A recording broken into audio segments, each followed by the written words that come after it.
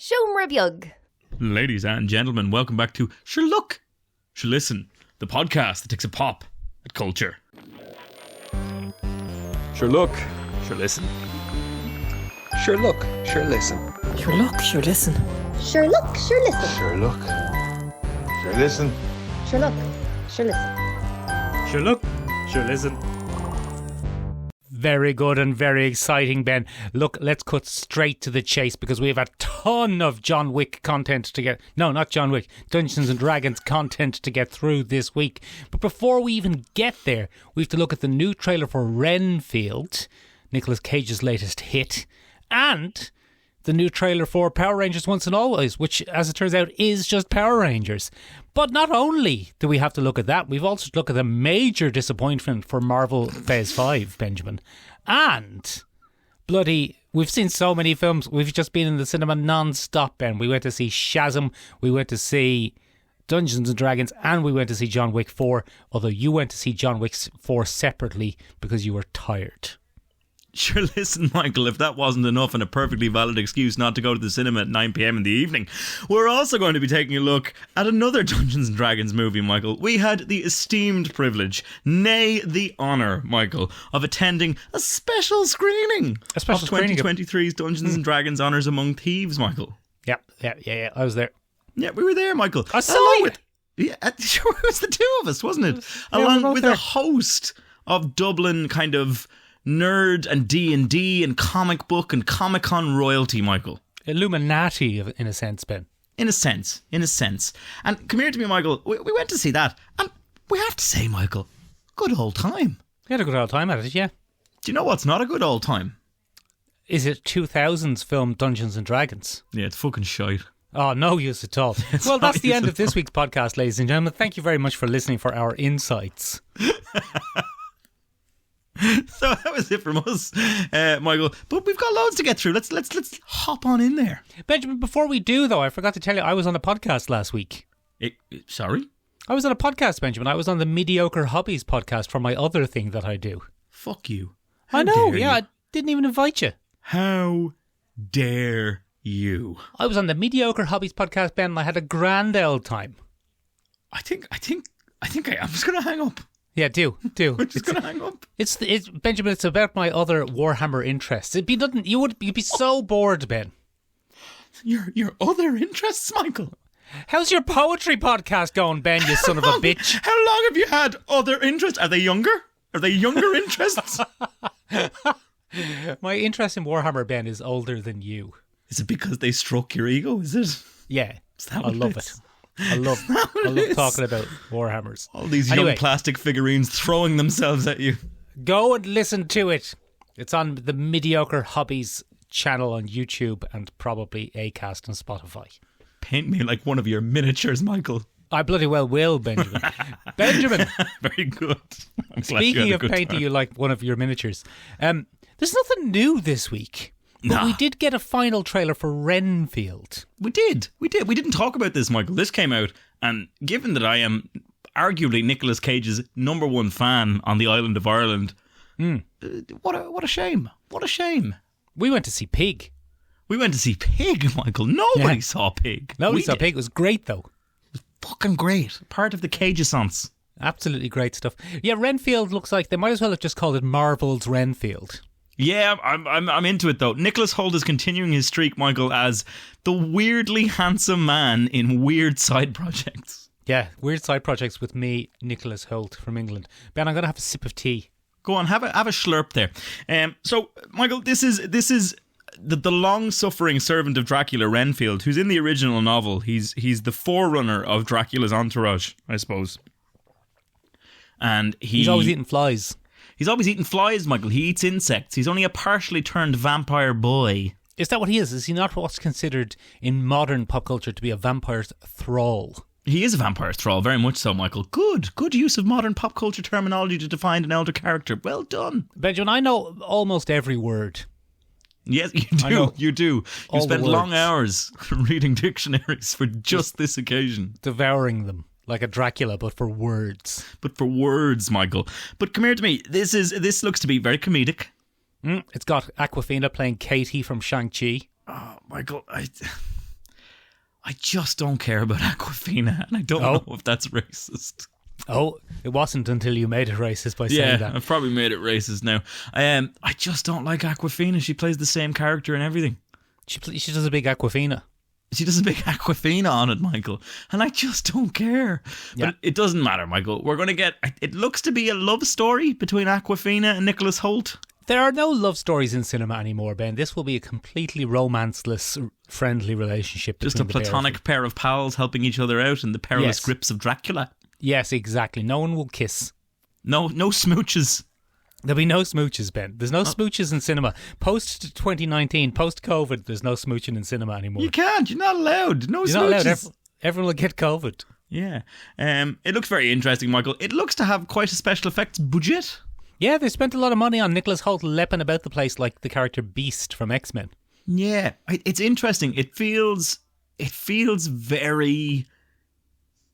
mid-2010s when we were like, let's make everything superheroes. Let's try Everything's that. superheroes now. The only disappointment for me is that it's not Luke Evans playing Dracula. This would have been great. It was a continuation of the Dracula Untold story. Michael, I for one was holding out for Jared Leto. Oh, as very Dracula. good. Yeah. It's Morbin time, as it were. It's absolutely Morbin time. Yeah, it looks better than Morbius. I don't know. I don't know if Draculas are back, but there looks like there's werewolves in it, or were they just wearing masks? Oh, I think they were just wearing masks in this, Michael. But there could be werewolves. There could be some kitsch werewolves in there. There's a kitsch Dracula. We're going to have a good time. Looks very interesting and exciting. It does. Does it, though? No, it doesn't. I'm lying to myself. Looks all right. It looks all right. Good man, Michael. You pulled it back there. There was a moment there where it nearly peeked past the curtain and a little bit of enthusiasm just went, whoop. No, I'm not super enthusiastic about it. I'll definitely go see it, but it feels a little bit mid. See, to quote the young people, Ben, it seems a bit mid. Good man, Michael. That's really de-aged you a couple of years. Yeah. Yeah. I'm looking at a 26-year-old Michael Leonard there in the Very seat. mid, Ben. I feel very smug and superior now because I know what mid means. Michael, we've set ourselves up for failure. We saw so many movies this week. We're going to have to go see them all now. Yeah, just the way things are. We've set a trend, especially if they're free and they invite us, Benjamin, and we get free popcorn. Ben, you got free popcorn at the multimedia screening, and that was the happiest day of your life. I've never seen you so happy. You felt so important. If it hadn't been, Michael, for my crippling social anxiety and uncertainty as to whether the popcorn actually was free and it wasn't some kind of social morality trap. This is true, ladies and gentlemen. I really enjoyed seeing Dungeons and Dragons, but I almost more enjoyed watching Ben's imposter syndrome freak him out. As we discussed, Michael, on a purely objective basis, my imposter syndrome didn't have a leg to stand on. Not a leg to stand on, Ben. You were at a multimedia screen. You've been podcasting on the topic of pop culture for 7 years. You're more than the right to be there. Yeah, and I play D&D. And you play D&D, and you've seen 2000's Dungeons and Dragons, so you should have got free tickets. Overqualified. Yeah, you should have got free tickets as penance for having seen that other one. Yeah. Anyway, sorry. speaking of overqualified, Benjamin, everyone in Power Rangers once and always not overqualified, in fact. Underqualified. If anything, underqualified, Michael, for acting, for action, for life. A few more days in acting school wouldn't have done them any harm, I don't think. I don't think so, Michael, but I don't think that was ever the thrill of Power Rangers for people, was it? Well, that's why they cast non-union actors famously. Just so they wouldn't get any hassle or quality. Yeah, so they wouldn't get any hassle or people asking for fair rates or fair treatment. Yeah, you wouldn't want any of that, Michael.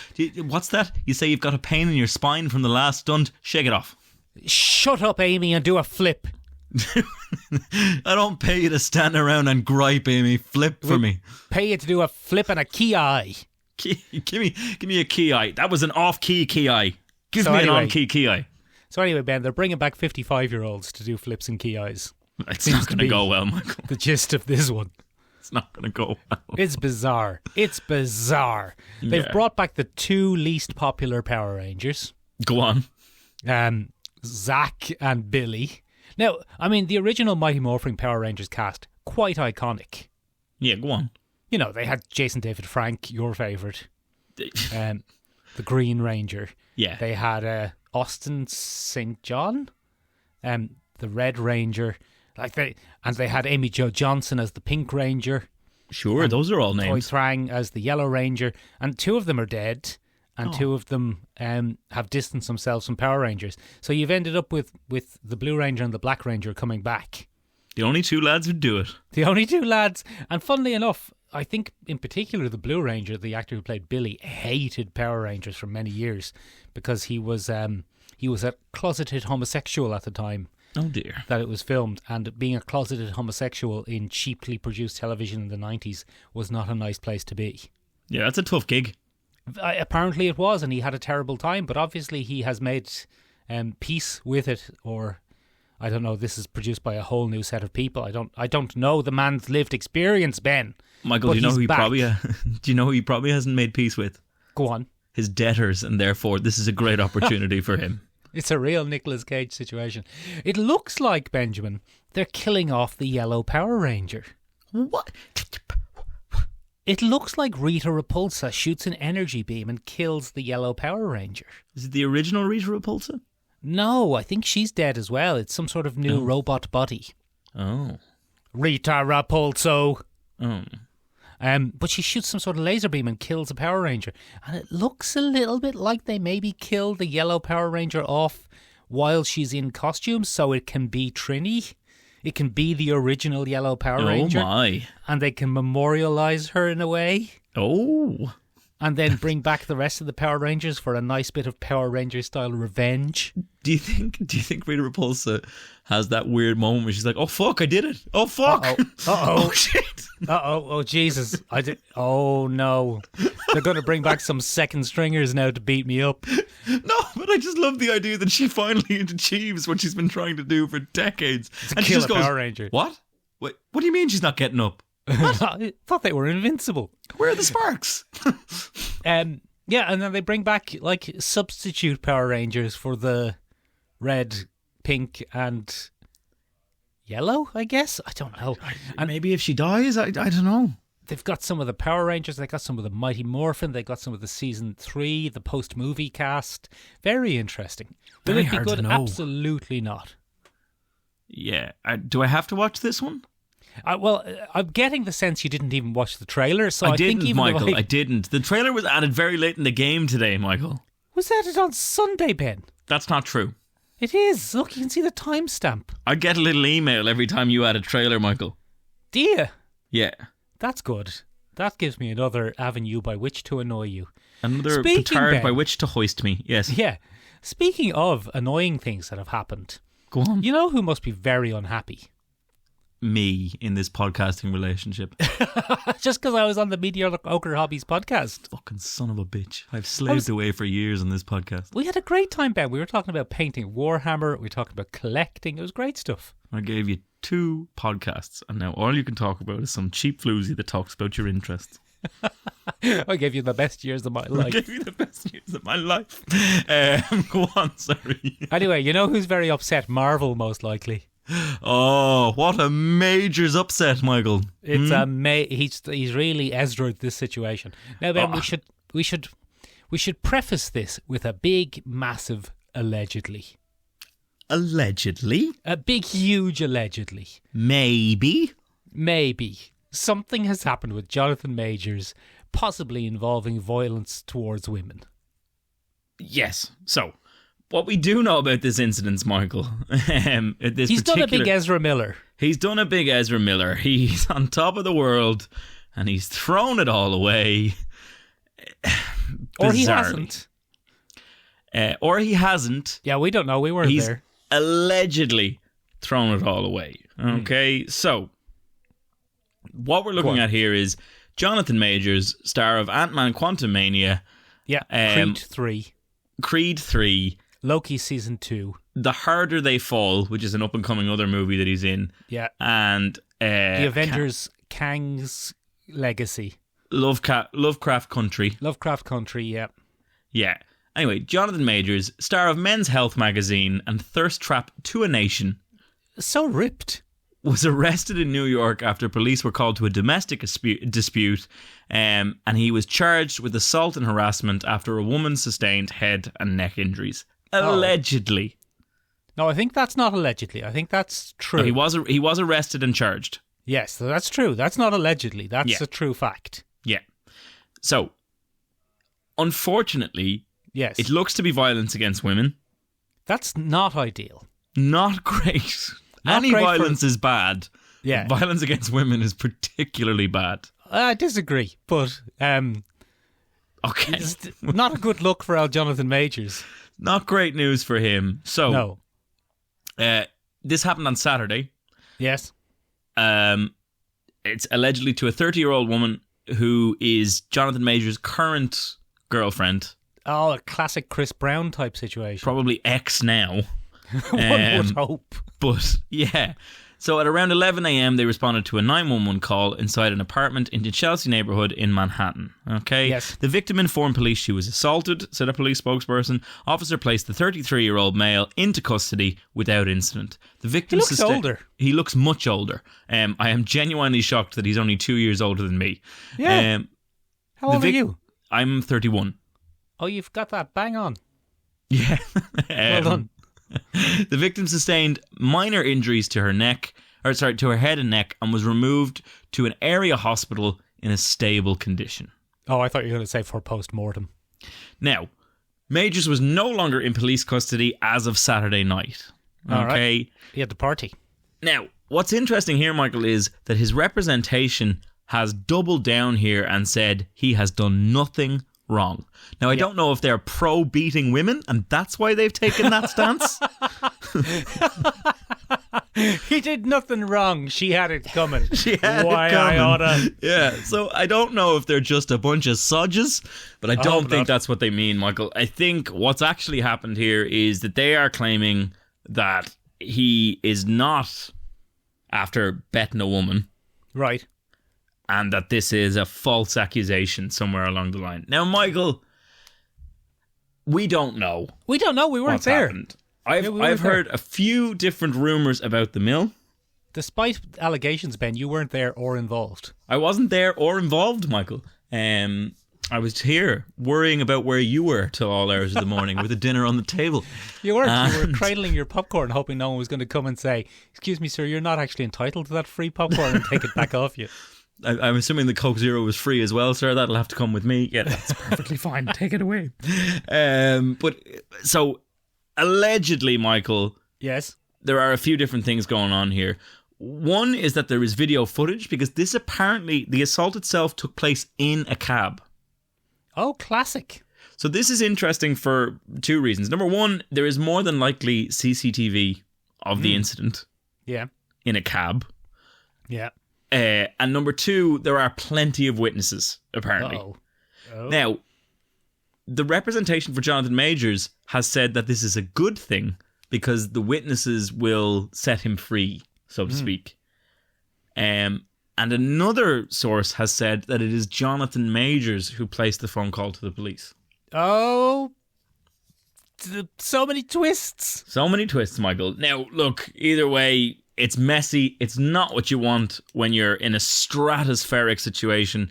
The story has surfaced, Michael, that Jonathan Majors was texting a young lady on his phone. Oh. Yeah. And that the young lady in the cab with him caught a glimpse and accused him of running around. Oh. And Jonathan Majors didn't like this, Oh, very interesting. so he gave her the back of the hand. Oh, very interesting. And Ben, what do you normally do when that happens to you? I take the back of the hand from the person who's caught me. No, It's I very mean, interesting though, isn't it? Because Marvel had put so much into him. they've put their entire Phase 5 into him. Like the whole thing is, lads, we know the last few films have been shit, but have you seen Jonathan here? Isn't he great? Isn't he And a he's never lovely done young man? anything wrong. We shouldn't make light of this, Michael. In fairness, it's a pretty serious accusation if it does hold water. Allegedly. Allegedly.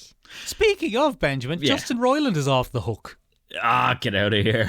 So he is, in fact, off the hook, Michael. Yeah. He didn't His do case nothing has been according to the police. his case has been dismissed as the authorities were not able to collect enough evidence to prove beyond reasonable doubt what he was accused of. Now, So I it's don't been think dropped. his case has been dismissed.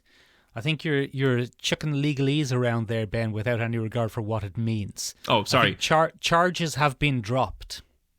No, which is even several steps before a case has been dismissed. No, it is due to a lack of evidence, though. Yes, but charges have been dropped is different from a case has been dismissed. But charges have been dropped due to a lack of evidence then. He's never gone to court. He's never gone to court, Michael. Now, he has come out since then. Yes. And given his first statement on the incident. And Yes. he has said that he's looking forward to getting back to work. Yes. To which I think Adult Swim and Hulu have gone, no, you're fucking not. You can look forward to fucking nothing, son. And he said that these were the vicious attempts on his character by a bitter ex, apparently. An attempt to cancel him, which almost very much succeeded. Very interesting, Ben. I think the only thing you can learn from this whole thing is do not join the internet mob. And there's very much a reason we have a legal system, and we should probably leave it to the legal system rather than Twitter. Except that quite often the legal system fails victims. But we'll get into that another time on another podcast, Michael. I would say the legal system does quite often fail victims, but probably less than Twitter. Probably less than Twitter. That's a truer words, Michael, were never spoken. What with the whole accountability and process. Yeah, no, that's very fair. But it's been a disappointing week in pop culture. Jonathan Majors is out. Yeah. Justin Roiland is back. Well, hold on a second. No, hold on. Wait a minute now. How is it a disappointing week if Justin Roiland is back and he's the victim? He's very irritating, Michael. He's very irritating, but if he's been the victim of a malicious attempt on his career, then him being back is a good thing, isn't it, surely? I mean, depends who you ask. Well, obviously, if you ask the person who he says was trying to cancel him, they would be disappointed by this turn of events. Really hasn't panned out for them. It probably hasn't. Or maybe he's just used power and influence to get away with it. Well, we don't know that either, Michael. We don't know, do we? No, the only one who'll get to the truth is Twitter rumours. That's it, Michael. That's it. Then we'll know what really happened. Speaking of people obsessed with justice and truth, Michael, you saw Shazam. I did. I went to see Shazam almost accidentally. My friend and yours, Jim, texted me and said, we forgot to see Shazam. And I said, that is entirely true. We did forget to see Shazam. So then I went to see Shazam, Ben. And I've mostly forgotten what happened in it. It's grand, I think. Isn't Jim great? No, he's grand. He's great, isn't he? Jim. You just show up and say, do you want to go see Shazam? And you go, yeah, I might go see Shazam with you if you want. So anyway, I saw it. Yeah, it's grand. It's fine. It's all right. That's the review, is it? Yeah, it's not great. It's not terrible. It's average kind of Twilight of. I was going to say Twilight of the superheroes in the sense that I think we're in a very bad time for superhero movies. Yeah, that's fair. Twilight of the superheroes has a bit of a second meaning in superhero movies of being like the Kingdom Come, Watchmen style of comics. It's the end of the all-American Norman Rockwell superhero. Yeah. But it's not like that at all. It's just like a very average superhero film, which is all right in places. It has a few good moments. It has a couple of nice laughs. It's lightweight. It's inoffensive. Right. Everyone's likable in it. That's good. Lucy Liu doesn't give her strongest performance and is probably the low point in terms of not being a terribly compelling villain. Not Helen Mirren? Helen Mirren is quite good when she's villaining, but then flip-flops around a bit, so, it doesn't really have a satisfying ending. We're going to spoilers a little bit, Ben, for Shazam 2. Go on. Yeah, I don't think anyone's going to go see it, so it's fine. Yeah, at this stage. It has one of the most contrived and ridiculous endings I've ever seen in a film, wherein Shazam, the character Shazam, young Billy Batson, sacrifices himself to save the city and his family, and in the doing so destroys the magical staff that can give them their powers back, and then the magic of the gods is sealed away, so they have no access to the gods to give their powers back or to save Billy, so Billy dies. Oh no. And then they go to Billy's funeral on Mount Olympus and they say, well, Billy's dead, I guess, and there's no more gods, so we can't bring him back. And then it goes, do-do-do-do, And then Wonder Woman appears and says, "No, there's still one god. It's me, the Wonder Woman. I'm here." She's not a god. Well, she's a demigod. Get fucked. And she says, "Give me that staff. I'll put it back together." And then she does, and he's grand. What? Yeah, it's grand. Yeah, he's grand. He gets better. So, like, it's bizarre that they're having Gal Gadot and Ben Affleck cameo in all these movies for a dead universe and a dead timeline. It's bonkers. So strange. So strange, Ben. And obviously you've seen the rumours over the last few weeks that it was Dwayne "The Rock" Johnson who nixed the idea of Shazam being the person who showed up at the end of Black Adam. Yeah. And replaced him with Superman. Yeah. So, you know, internal strife, politics, cameos, weirdly timed cameos. Gal Gadot plays Wonder Woman, obviously, but she very clearly never met a single member of the cast of Shazam. Yeah, everything's on green screen and body doubles. Yeah. She's just, "Look, everybody, Wonder Woman is here." And they all look off screen and they go, "Wow!" And then it cuts to her standing on her own and she goes, "Yes, I'm very much here. Isn't it great that I'm here?" And cuts back to them and they're all looking off into the distance. Some of them are looking in different directions because no one knows where they're supposed to be looking. Yep, that and sounds they go, about right. "Yes, it is great that Wonder Woman is here." Played so clearly by the actress Gal Gadot.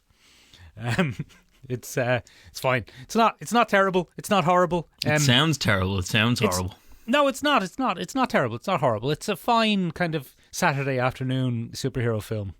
In the pantheon of superhero films, it won't go down as the worst or the best or even really largely be remembered. Michael, if you think it was two Gen Zers that were here Go on. doing a podcast, what do you think they would say? They'd say it was pretty mid, I'd say. Nice, Michael. You nailed it again. Well done. That's another 6 years off you. There's a 20-year-old Mick Leonard sitting in the tiny room, ladies and gentlemen. Oh, I hope there's no girls. I'd be so scared. That was like me on... what evening did we go to see? It's exactly like you. Anyway, Ben, look, listen, what was I saying there? It's all right. Saying it's it was fine. mid. People are loving Mary Marvel, though. Why? She's quite a busty young lady. Oh, boo. I think is part of it. Aww. And also, she's kind of the most developed of the family and the least weird in the sense that the same actress plays young Mary and superhero Mary. I can't fathom that weird disconnect. The fact that the boy who plays Billy Batson is now about 20. Yeah, it's weird. It is absolutely Zachary bonkers. Levi is supposed to be the adult Shazam. Yeah, and he's more immature and Yeah. leathery. Mm. Yeah, it's weird. Weird film. Not great. Not terrible. Not great. Yeah. Speaking of things that use green screen remarkably effectively, Michael, we went to see John Wick 4. We did. We went to see John Wick 4, A Good Day to John Wick. Oh, Michael, the final chapter in the John Wick saga. Allegedly. 2014, Michael, rolled around, and we were doing this podcast at that time, I think. No, we weren't. Not quite. No, we weren't, not quite. But this had just come out, Michael. And everybody said, this is ridiculous. What a strange vanity project for Keanu Reeves. This looks cheesy. No one's going to watch this. Here we are, Michael, 4 movies later. Balls deep in the John Wick cinematic universe. Michael, I want more. I want more right, balls. We'll avoid spoilers a little bit at the start. I won't, Michael. I'm going to throw it around. I'm going to... yeah, no, fair enough. We'll avoid it at the start, Michael. Just a little bit at the start. Out of respect for the conceit. Let's talk about our poll, Ben, because we put up a little poll. We did. For the listeners. We did.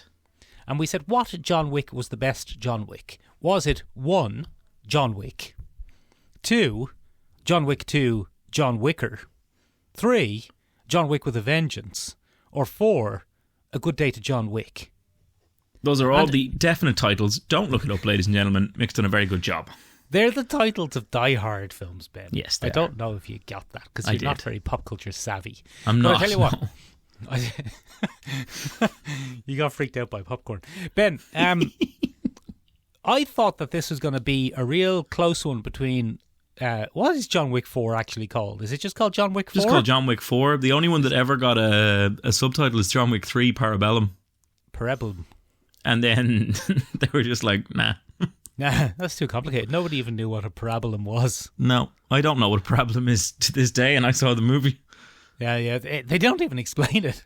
No, there's no reason for it to be called that. I think Keanu Reeves read it once. Yeah. He said, what are you going to do, John? And he said, parabellum. Yeah, I'm going to parabellum. Yeah, parabellum, John, you hardly know him. Anyway, I thought it was going to be between 4 and 1 because 4 has been very well critically and commercially received. Michael, what a hit. But not on our poll. On our poll, John Wick 1, the original John Wick, absolutely blew the rest of them out of the water. 55%, Michael. 55% of all voters went for John Wick. Yeah. Now, it might be because I made up fake names for the other ones and everyone was confused. You may have skewed the outcome, yeah. I might have. It wasn't very scientific of me. But anyway, we went to see it the other day. We did. And here is my one-word review. Go on. Not one-word review, one-line review. Yeah. Very good, comma, maybe a bit too long, question mark? No, you niggy boy. That is the number one criticism, Michael. Does this film need to be 3 hours long? And I'm going to say, yeah. Right. Well, nothing needs to be anything, but it is. Yeah. So, Michael, what a journey we've been on with one John Wickle. Oh, yes, go on. Michael, there was a dog. Once upon a time, there was a dog. Yeah. Before that, there was a lady. Oh, yeah. But then there wasn't a lady. No. But there was a dog. Briefly. And then there wasn't a dog. But then Yeah. there was male rage. Yeah. And then Yeah. there was a lot of male rage. A lot of killing. And then there was only one male rage. Because all the rest were dead. But then there was a dog. Oh, no dog. Yeah. And that's John Wick 1. That is a fairly spot on Yeah, that's pretty much it. John Wick 1. And Michael, in fairness, this was such a slick film when it came out, and the conceit of everyone's assassins was just great. Well, in John Wick 1, was everyone assassins? Wait, see, that is a fantastic one to talk about, because no, it's not. No, it isn't. Like, the John Wick films, and especially with this last one, with its 3-hour runtime, its mythology, its cavalcade of new side characters who are ripe for spin-offs. Yeah. This is... Now, John Wick has been heading this way, but this is to John Wick 1 what Fast and Furious 5 was to Fast and Furious. Yeah, no, absolutely. Like, this is not just a story about a hitman against the mob anymore. This is a universe where literally every single person is assassins. Everyone's assassins. Everyone's assassins. There's a whole mythology about assassins. There's rules, within exceptions, within conspiracies. There's no law enforcement, or people are just... They have a massive gunfight, Ben, in Paris at the Champs-Élysées. People don't move. No one even moves out of the way. It's very strange. Like, Paris, especially Paris of all places. If people in Paris start shooting guns, Parisians know. Parisians have had it rough enough. Yeah. That would be a traumatic scene for Parisians. To Yes. see. It would also be shut down fast. Yeah, carloads of armed men shooting each other up at the Champs-Élysées. But passers-by don't even slow down their cars. What's going on at the Arc de Triomphe, Michael? Why is nobody stopping? They just keep knocking down assassins and keep on driving. It's crazy shit. Yeah. This is not the real world anymore. No. This is a much more absurd world than any superhero film. But it's so interesting, Michael, because you hit the nail on the head. John Wick 1 is a very realistic, possible mystery. Do you know what I mean? Like, there's maybe in this world a couple of 100 assassins. Yeah. And they all have a special network. And at the time, Michael, I remember thinking the Continental was the coolest fucking concept I'd ever heard of. A special halfway house for assassins. Yeah. Where you could come in, relax, and I loved the no violence policy, because that makes sense, Michael. How do you lig your ski? How do you relax if you're an international assassin? You stay in a place where you can't do no assassinating. You can't do no assassins, you can't get no assassins. It's just not done. Ian McShane will pour you a drink. It'll be a nice time. Yes, or your friend and mine, Lance Reddick. Or Lance Reddick will, he'll give you a very comforting speech, Michael. Yeah. And then, Michael, it started to go balls to the wall in number 2. Number 2 expands it a little bit, Michael. Just a fraction, right? Because what we get in number 2 is, crime families have a big syndicate around the world, and there's a thing called the High Table. And you're like, okay, I suppose there would be a governing body of some sort over the whole thing. There's quite a lot of crime going on. And we get a few more glimmers. We branch out. There's a European continental. Oh, look at that. Oh, there's one in every city now. There's one in every city. I suppose that makes sense as well, Michael. I suppose it does. And then, Michael, at the end of John Wick 2, goes balls to the wall. It's just like, fucking... Everyone's assassins. Everyone's assassins. Everyone you've ever walked by on the street is an assassin, just waiting for their time to strike. I will never, Michael, recover from the street busking violinist. Insanity. As he passes by, who dismantles her violin, and it's a weapon. She was assassins, Ben, because everyone's assassins. It's amazing. The things that people do and survive, particularly in this scene. The whole concept of the ballistic suit, they really play it up in this movie. So, yeah, let's get into John Wick 4 now, Michael. Okay. Because... It's so interesting. You have to constantly raise the stakes in this franchise.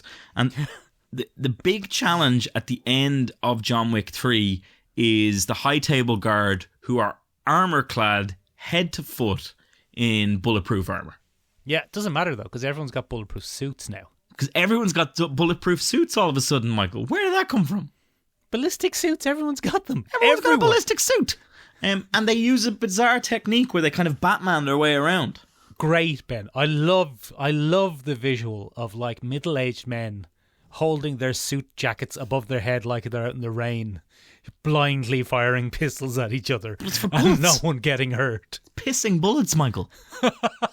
And then Parisian passers-by just driving into them at 60 kilometres an hour Fucking and bizarre. carrying on. Mad shit altogether. Yeah. So what we get here, Michael, is it's time for John Wick's revenge. And he's going to get it out in the High Table. He's had enough of them. They're a shower of toss bags, and he's not putting it up with it anymore, Michael. And so he's going on a one-man killing spree of the High Table. And to be honest, Michael, he does pretty all right. That was the plot of 3. Yeah, it was. But the first one, 3 is I'm going to clear my name. Yeah. And I'm going to get out again. This one is I'm going to kill you all. I hate you. Yeah. You've ruined everything for me. I am absolutely sick of this. Yeah, to which many people would say, well, John, you kind of did that yourself. Well, John, you've gone on a rampage. Yeah, an Archer-esque rampage. Yeah. Benjamin, who is your favourite side character who they're hoping is going to spin off? Oh, Michael, there's so many interesting characters in this, Michael. One of the things I think this does very well, Michael, and one of the things I think we might have been lacking just a little bit in Parabellum and number 2 is good side characters, like really strong, interesting, bizarre side characters. They had Halle Berry, Ben. You love Halle Berry. Yeah, but she wasn't a great character, Michael. She had dogs. Yeah, she had dogs, but still not a great character, Michael. No. Well, she had dogs. No, when we watched John Wick 1, Michael, we got Charon, we got Winston. Like, those are great side characters. They're big, they're mysterious, they're just interesting. I really, really enjoyed Rina Sayama as Akira. That's really interesting. So she's a pop star. She has nothing to do with acting or action or movies, assassinating at all. But she was approached by Chad, the director.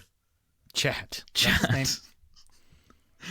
He's a tech bro. I can't remember his full name. Chad Stileski. And he just rang her up and he was like, would you like to be in John Wick? And she was like, oh, I don't act. I don't do anything like that. Yeah, but he's like, I like your vibe. Do you want to come to Berlin? See what it's like? And she went for it and became quite a key character, Michael. Not so bad at the old action scenes, is Akira. Not too bad, yeah. Yeah, she might be back, you never know. She might be, Michael. If we do a little spoilers. Oh yeah, let's get into spoilers. I don't think we can talk about the rest of the characters without getting into spoilers. So it's going to be spoilers from here on in. Get into a little bit of spoilers. She's in a post-credit scene, the first of the series, Michael. The first she shows up and she goes, "You killed my father. Prepare to die." Prepare to die. She has a Princess Bride moment all to herself. And so I really enjoyed Akira. I really liked the tracker. I quite enjoyed the tracker just because of the dog. I was like, the dog. This is great. This is great. You don't mess with dogs in the John Wick universe. Don't mess with dogs in the John Wick universe. I thought the way that they tied him understanding John Wick into him saving the dog. John Wick saving a dog is why I'm invested in the John Wick series, Michael. And that little callback is a perfect twofer. On the one level, it lets the tracker know this guy's all right. And on the other level, it winks to the audience and says, do you remember this? Do you remember why you love John Wick? Yeah, we promise we're not going to hurt any more dogs. Ben, that little dog was too small to be doing the amount of damage it was doing, though. Yeah, but I don't care, Michael. I was into it. Tiny little dog. There was a Bowie-esque quality to that dog, and I was into it. Very good. Benjamin, I thought that the performance of Donnie Yen, legend of the genre Donnie Yen, was excellent. I thought it was really fun. That dynamic in general between Donnie Yen, bloody John Wick and Koji, yeah. Koji was phenomenal. What an enjoyable interplay of old pals. Old middle-aged men having a fight. Yeah, very, very good. And do you know who's a real prick? Go on. Bill Skarsgård. God. Now, here's my beef with Bill Skarsgård. Go on. Or, to be more specific, my buff. Why didn't they just get a Frenchman? Or make him Norwegian? I don't understand There's that loads choice. of French actors. There's loads of them. There's non-stop French actors that are coming out the wazoo. Why did they get Bill Skarsgård to do a terrible French act? I didn't even realise he was French until they started calling him the Frenchman. Yeah, just get Vincent Cassel. He's probably a bit old for the Doesn't matter. But there's loads of French people, Ben. There's like 60 million of the bastards. Yeah, there's loads of them, Michael, and they're all down to assassin. They don't even flinch when sun's going down. Assassins. They'll drive over you at the Arc de Triomphe as soon as look at you. As soon as look at you, get out of the way. I'm late for dinner. Move. Yeah. Get out of the way. My escargot is going cold. Very good, Michael. But not Bill Skarsgård. Very strange choice. I thought bloody Clancy Brown was great. Yes. As the Harbinger, who seems to be an even higher power than the rest of them. Well, he seems to be some sort of... I don't get what they're doing, because he seemed to have the power of the high table, but we just witnessed John Wick killing the person above the high table. Yeah, but then for some reason he's still... I think he's the keeper of the old ways or something. I think that's it. It doesn't matter, Michael. This movie is a great expansion of the universe. There's so many subtle callbacks, ridiculous fight scenes. I have to say, I didn't think Keanu Reeves was as up to it as he had been in previous films. He's closing in on 60. He's getting up there. He's 58 now, I think. Poor man. And there's a few of his scenes, Michael, especially in the early scraps, where he's missing a few marks, or there's very slow or contrived reasons that he's allowed to get away with that nunchuck move or a foot stomp or something. I'm just like, I'm not so sure. But then Donnie Yen comes in, you're like, oh shit. Keanu Reeves is 58, you're right. He's nearly 60. He's nearly 60. Incredible performance for someone who's nearly 60. But so is Donnie Yen. Yeah. Donnie Yen might be older. Yeah, Donnie Yen was born in 1963, Michael. So you do the math on that for me. That's 69. That's 69. And he's fucking incredible. Year, yeah. Incredible scenes. He's fucking incredible. 59. Sorry, 59. Not 69. 59. Do you know what blew me away, Michael, on this one? The fucking sets. Jesus Christ. Very good. The set pieces on this film are phenomenal. The giant European backdrops. And a lot of that is CGI, but it just looks good. Yeah, very... Look, it was a little overlong. I'm not going to have it. All right. There was one scene in particular I thought we could have survived without. Go on. And it was a good scene, but this whole bit where he goes to the German nightclub to get back his family crest so he can do the challenge, they could have cut that out. It's very strange. They could have given me 40 minutes less and just gone, yeah, you can challenge them if you want. Grand. Not that fight scene wasn't good, but it was the least vital part, I thought, of the whole thing happening. If I were to edit this, Ben, I would take that whole section out. It's also the scene, Michael, that makes the least amount of sense, because the large German man, who's played by a bit of a legend of the industry, and I'm trying to find his name. Scott Adkins, thank you very much, in a fat suit. But the thing of this, Michael, is he flees from John Wick at the beginning, and then suddenly decides to take a puff on his inhaler and goes, fuck it. It's just that he's great in fighting. I'm not scared of you at all. And then he whoops John Wick up and down for a bit. And then he's afraid again. I'm like, Jesus, lads. Like, pick one. Just, like, it doesn't matter. I also thought, Michael, that was the most inspired by the Batman. I felt that was a cut and paste of, like, a Cobblepot scene from the Batman. There was a good touch of the Oswald Cobblepots about him, for sure. Yeah, and, like, even the nightclub scene, the chasing around, the running around, I don't know. Definitely, I think your editor's nose is on the money there, Michael. If you were to re-edit this, that might be the one. But it's still enjoyable. It's all enjoyable, Michael. Yeah, they could have cut that out and made it like a 30-minute TV episode to promote John Wick 4. Yeah. Anyway, look, Ben, we're going to be neck deep in John Wick for the next few years, because it's the start of the John Wick cinematic universe. Yeah, so we're more than likely getting Ana de Armas in the ballerina, which is set in the John Wick universe. Mm-hmm. We're more than likely getting a Continental prequel TV series. Yep. And I would imagine the Tracker's going to get a spin-off.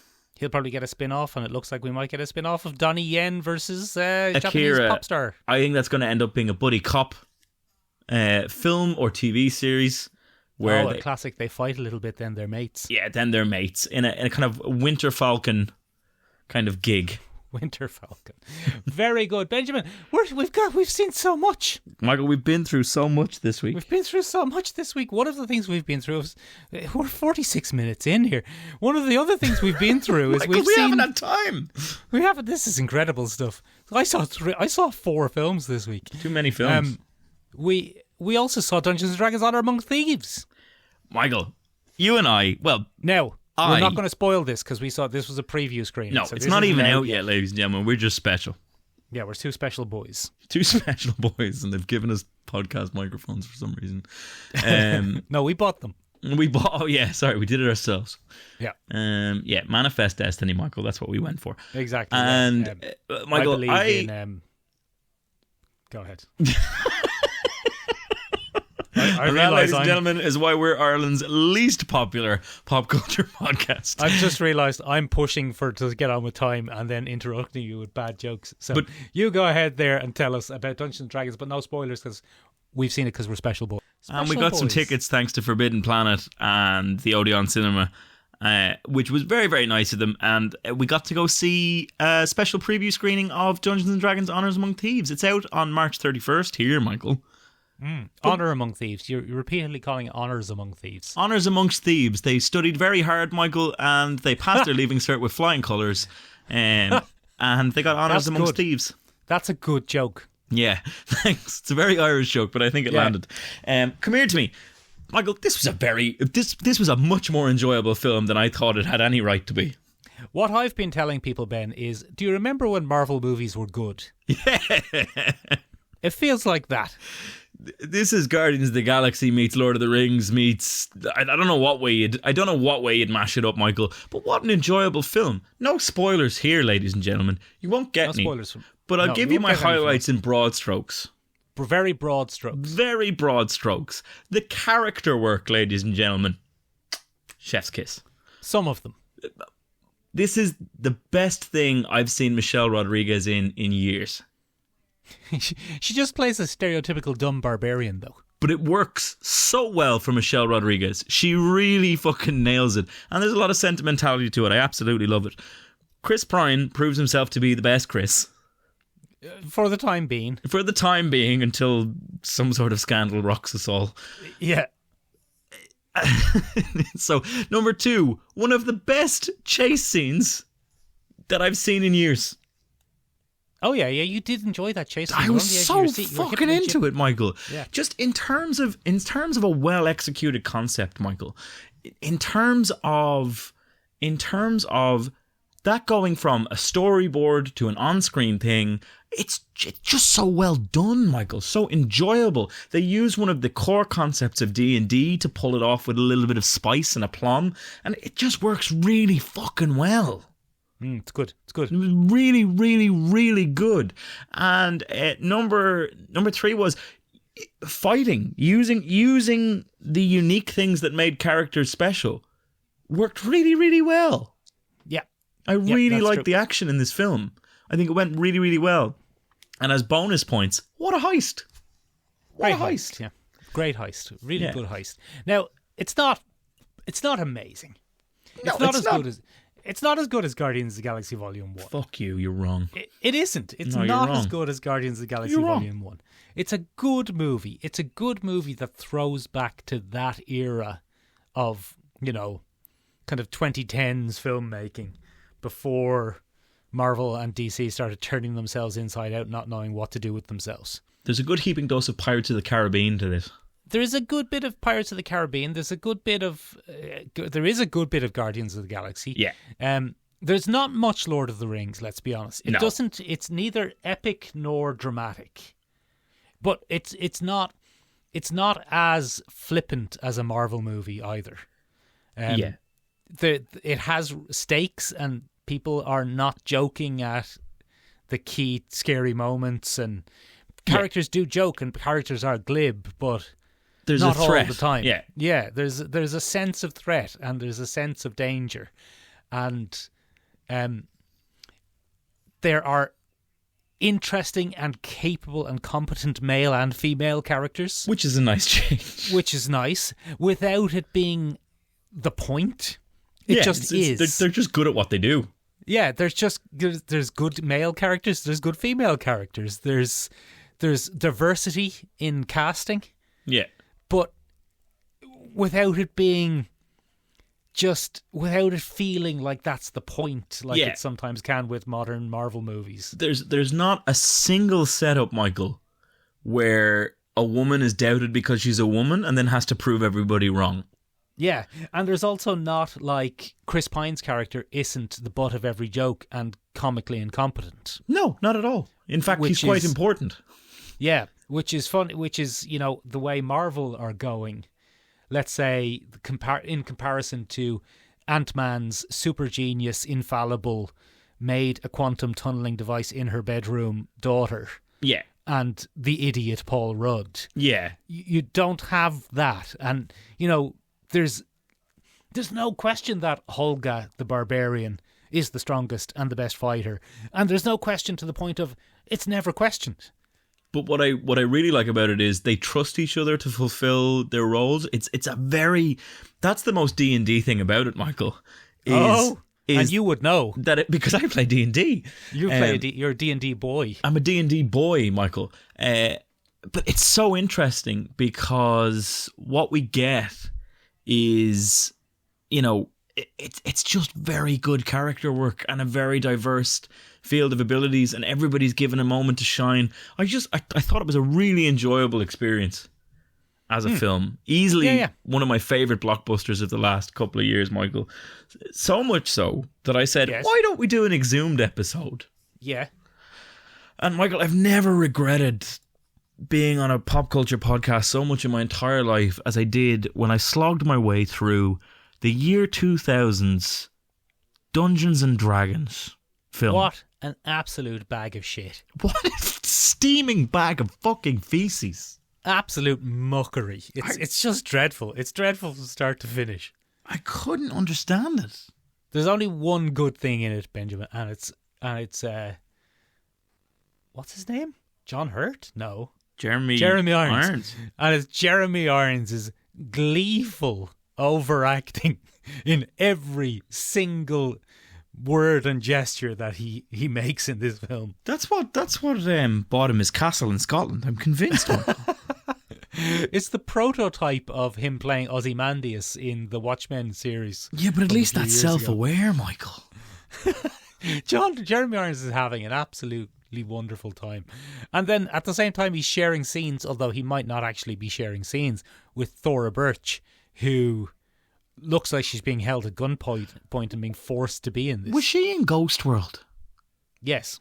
She might have been being held at gunpoint and being forced to be in this. I think she was. Weird parallels to Padme Amidala aside, she exited acting not long after this for very odd personal reasons.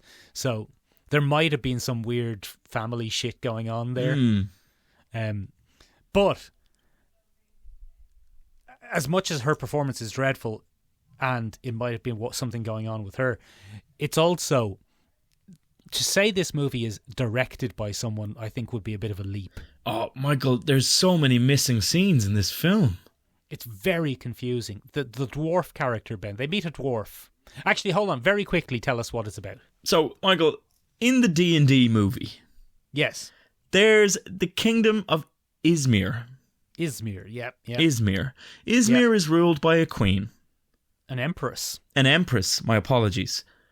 The empress is gifted with the staff of golden dragons.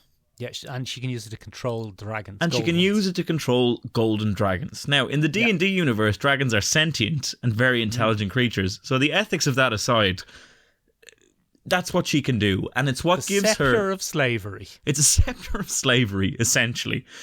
And what it can do, Michael, is it controls dragons, and that is what gives her power. It's what puts her at the top of the food chain, makes her infallible. She has a golden scepter for the golden dragons. That's how it works. Like how the Pope's scepter controls Catholics. Yeah, exactly.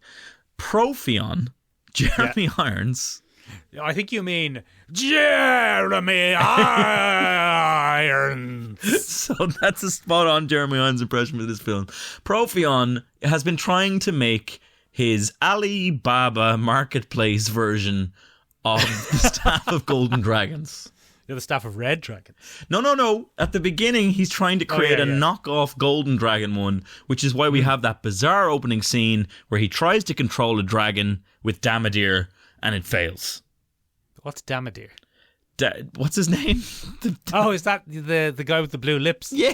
So It's definitely not right? Damadir, but go on. Anyway, that's the crux of this. He is trying to stage a coup, get rid of the Empress, and in the middle of this, Michael, it turns out that Izmir is a totally corrupt society where if you have magic, you're on top, and if you don't, you're on the bottom of society. Okay? Well, not as low as dragons, though. Not as low as dragons who are just slaves. Just slaves. So what we deal with, Michael, we then get introduced to Ripley or Ridley. Is it Ripley or Ridley? I think it's Ripley. I think they changed it a few times throughout the film. So it's Justin Wallen, anyway. It's Justin Wallen, and it's one of the Waynes. It's him from being Jimmy Olsen in The Adventures of Lois and Yeah. Clark. And then we get one of the Waynes brothers as Snails, the thief. Oh, fucking hell. So they end up... They want to steal the school of... They want to rob from the School of Magic, Michael. So they go to do that. While that's happening, one of the Empress's allies, who has a librarian assistant, is murdered by Damadir, the 90s rave club going blue-lipped goth boy, who I'm fairly certain sang the hit 90s track, I'm Too Sexy for My Shirt. Very good right side Fred joke for I you think there. it's the same guy. So this happens, Michael. She ends up in an uneasy alliance with Snails and Ripley, and they get chased by Damadir through the streets of Izmir, and they run into a drunk dwarf who's homeless. Yeah. And for some reason, the dwarf immediately goes, right, I'm just gonna take up with you guys. You're my pals now. Yeah. But the whole dwarf story is bizarre because he just disappears and reappears throughout the film. Whenever he feels without like any it, rhyme Michael. or reason. Whenever he feels like it. So this is really, really interesting. There are no bonding moments between the team. And our first major moment of bonding isn't even in the film. They get transported inside a map, Michael. Yes. And Librarian Girl and Thief Boy number 1... Martina, Martita, one of these. Ridley Ripley and Martina. Yeah. They go on an adventure inside the map and they meet a wraith, and the wraith gives them a quest. We don't see any of that. We don't see it. They just tell us. They just pop out 10 minutes later and go, whoo, The stuff we've seen. Oh my God. You wouldn't go believe it. into the map. The map has to be transported away because Damadir comes to the tavern. Yeah. The dwarf and snails go, oh, fuck, and they clear off. Yeah. With the map. And then they just pop out, and it turns out they've had a romantic moment in the map. Yeah. But we never see it. Never see anything. No. One of my favourite things about this, Ben, as opposed to modern films, is everyone's kissing. Everyone's shifting, Michael. Everybody's having a shift. Isn't the young mage, the young wizard, Marina Martina, first of all, she's in a totally different film to everyone else. Yeah. She's just walking around like this the whole time. Oh, wow. Yeah. Oh, look at that. I'm prototype Hermione. Yeah. But, oh yeah, she's dreadful. She's absolutely dreadful. Really bad. And then they have one of the most unearned kisses at the end that I've ever seen in cinema history. So, Michael, it keeps getting worse from there, right? So, we keep coming back to this guy, Damadir. Damadir is the main villain. You'd think it was Jeremy Irons. It's not. We see Jeremy Irons at the beginning and at the end. He's like a bookended villain. Who do you mean? Sorry, Profion. Sorry, Jeremy Irons. Jeremy Irons. And he's more of a bookend villain, Michael. He got paid to be in the start and the end of this film. Yeah. And what happens is, Michael, this guy Damadir flip-flops between villain origins. So, in the middle of this, at the very beginning of the film, Damadir gets cursed with a kind of a mind flayer prototype. He gets a leech put in his brain. Some sort of ear demon. And it's going to kill him if he doesn't do what he wants. And he tries to appeal to Marina Martina. Yeah. At some point, and he says, "No, I don't want to kill the Empress. I have this in my head." It's like, you didn't, though, at the start of the film. Yeah. You were already doing it. You were delighted that your master could control dragons. I remember. Yeah. I was there for the film. It was about 25 minutes in that direction. Yeah. It's no good. It's but no I was good. watching it. So it gets worse, Michael, and we've got more missing scenes coming up. So at one point, they realise that they have to steal the map back from Damadir. It's a little bit of a kind of piggy in the middle situation, or keep the map away vibe. And we get introduced to beholders out of nowhere. Very briefly. In the film for 2 minutes. Look. Beholders. Beholders again, super sentient creatures in the game. Not to be hired by other people. They are masterminds in themselves, but we'll get into that another time, Michael. So, sorry, in between this, we've met Norda, the elvish tracker. Very pointy boobies. Why is she wearing that armour, Michael? She has the pointiest boobies I have seen this size of The 80s pointiest Madonna. boobies I have ever seen. Absolutely fucking bizarre. Really weird stuff going on altogether. Really no weird character stuff. development for her either. None, not a drop. Because, Michael, every time she could play a role, she says no to the dwarf. They must do this themselves. Said who? Said who? When was that mentioned? When did anybody say that? Oh, fucking hell. Nobody said it. So then we come to the bizarrest moment of all, Michael, and spoilers for this film that you should not watch, ladies and gentlemen. Don't watch it anyway. Should not watch. Snails dies. Thankfully, because then it stops Marlon or Damon Wayans from screeching. He's in a different film as well.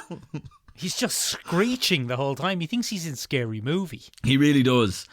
And so what happens is, Michael, he dies by the hands of and then Ripley has the weirdest reaction ever. He just falls and he screams at the sky for 2 minutes. Your man's still there. He's still right there. There's an impending threat. And then he does. And then Yeah. it turns out they get through a portal and they go back. The dwarf is back all of a sudden. Yeah. And then it turns out that there's magic that can just heal you, no problem. Go get Snail's body. Go do that. Nah. So Nah. He wouldn't stop screeching. I've wouldn't. never been happier when a character got killed off in my entire history of watching films. and then, Michael, there is the scene where Ripley. I forgot about the Thieves Guild. I just glossed over the Thieves Guild. The maze that is actually just a straight line. It has Richard O'Brien in it, though, Ben. Huh? It has Richard O'Brien in it. Who's Richard O'Brien, Michael? He's Richard O'Brien, Benjamin. He's from the Crystal Maze. Oh, that was the big reveal, was it, with the mirror? I couldn't figure out who this person was. I was like, who are you? Richard O'Brien, he's from the Rocky Horror Picture Show. Get out of here. But anyway, he goes on about this thing as if it's a real challenging maze. No one's been able to get in years and years and years. It's a straight fucking line, Michael. Yeah, but it's full of spikes. Yeah, but anyone could have done it. Jimmy Olsen has to jump over them. And then for some reason, he like separates Snails from Ripley, and then he sends Martina away as well for no reason. Everyone's just getting sent off for no reason in this all the time. Bizarre. So anyway, the climax of this film, Michael, is that bloody one Ridley Ripley gets the scepter of red dragons. Oh. And he, Michael, goes into a cave and he meets a talking skull who gives him a warning, and he gets away with it. It's no bother. He just takes it in the end. There's no challenge. He's just like, oh, cool. I'll just take it. Thank you. And he leaves, and then they get into a scrap, Michael, because Dadamir has found them, and he has Martina and Norda, and he gives them the scepter, and then bloody nightclub rave, blue lip, too sexy for his shirt, strolls off into a portal. I'm too sexy for my lips. Ridley Ripley goes after him, and they come out of the portal at different times. They go in at the same time. Yeah. And they come out at different times. Why? That doesn't make any sense. And Michael, the one moment I thought we were going to get some kind of decent writing was when Dadamir realises that he's not going to be saved. I thought Dadamir was going to attack Jeremy Irons. No, he just demands that he gets turned back. Who do you think he's going to attack? Jeremy Irons. Yes, very good. But then Jeremy Irons just fixes him. Not a bother. And then, Michael, what the fuck was this film, man? No use. I'll tell you what's bad about it. It's a bad movie, and it's bad D&D. It's bad D&D. Because we have seen a better D&D, Dungeons & Dragons Honor Among Thieves. Which they say about 6 times in this film. Which they say all the time in this. They're like, what about Honor Among Thieves? And I'm like, yes, it is much better. Stop reminding me. But in Honor Among Thieves, not only is it a better film with better acting and better casting and better directing and better action sequences and, more fun and more compelling, but also everyone gets to do their D&D character stuff. Like Doric is a wild-shaped druid, and she's just turning into critters and creatures and leaping about the place and doing magic. Holga's a barbarian. She's kicking everyone's heads in. The dwarf gets in one fight in this and loses. Yeah, badly. Yeah, and he's a dwarf fighter. That's his whole point. He's not in the film, though. He's just there as scenery. Exactly. And Marina Martina does like 2 magic spells on the idiots at the start. Which would come in very handy at all the other points. Just do the same spell again. She doesn't do any more magicking. She stops right after that. Yeah, she just stops doing magic. I don't even know what Norba was supposed to be. Maybe a ranger? I think she's a ranger. Because she had a bow and a hint of magic about her and very pointy boobies. Pointy nipple armour. Yeah, very pointy nipple armour. I tell you what, I was inclined to cut it some slack, right? At the very beginning, Michael, I was like, look, it's the year 2000, New Line Cinema. Maybe the graphics aren't that great because they're terrible. The CGI is terrible. But do you know what came out in 2001? Harry Potter? Lord of the Rings. Yeah. The Fellowship of the Ring from New Line Cinema. Yeah. And Harry Potter. I'm Harry Potter. Michael. And Phantom Menace came out the year before. No excuse. This was made for about €25. A packet of jelly babies. And like their star was the replacement Jimmy Olsen. I think the most egregious thing about this, Michael, is the fact that it thought it was getting a sequel. It did get a sequel. Yeah, I know, but it's setting itself up for a big cinema sequel. I was like, absolutely fucking not. Straight to DVD. Absolutely not. Ladies and gentlemen. Yes. I beseech you. Yes. In the coming days, do not be tempted. Do not be tempted to watch 2000's Dungeons and Dragons as a completionist.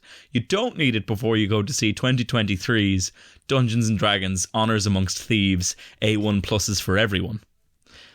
Just go see that instead. Just go do that. Much better. Spare yourself what we could not. It's got leathery old Chris Pine in it. Leathery old Chris Pine. And he's a delight. Leathery old Hugh Grant, leathery old Chris Pine, leather galore. It's great. There wasn't even any leather in the 2000s Dungeons and Dragons. It's all pleather, and you can tell. It's all pleather and kissing. All pleather and kissing. Maybe some people are into that, but you won't be into it this time. It's no good. Ladies and gentlemen, have you ever seen the abomination that is 2000s Dungeons and Dragons? If so, could you please let us know in a few different places? You can find us on the interwebs at www.seomrabeag.com, seomrabeag.com. It means tiny room in Irish. Does indeed. You can find us on Instagram at Sure Look, Sure Listen Podcast. It means Sure Look, Sure Listen in English. It does indeed. But the best place, ladies and gentlemen, to find us, it's probably on TikTok. We do quite well on TikTok. But no, TikTok. The best place to get in touch with us, ladies and gentlemen, is to hop up on that Discord. Get some live feedback from us, the gang. Hop up on it. The link is in the description down below. Is in the description. Ladies and gentlemen, that's it from us. I'm off to go play some real D&D and wash the taste of that awful movie out of my mouth.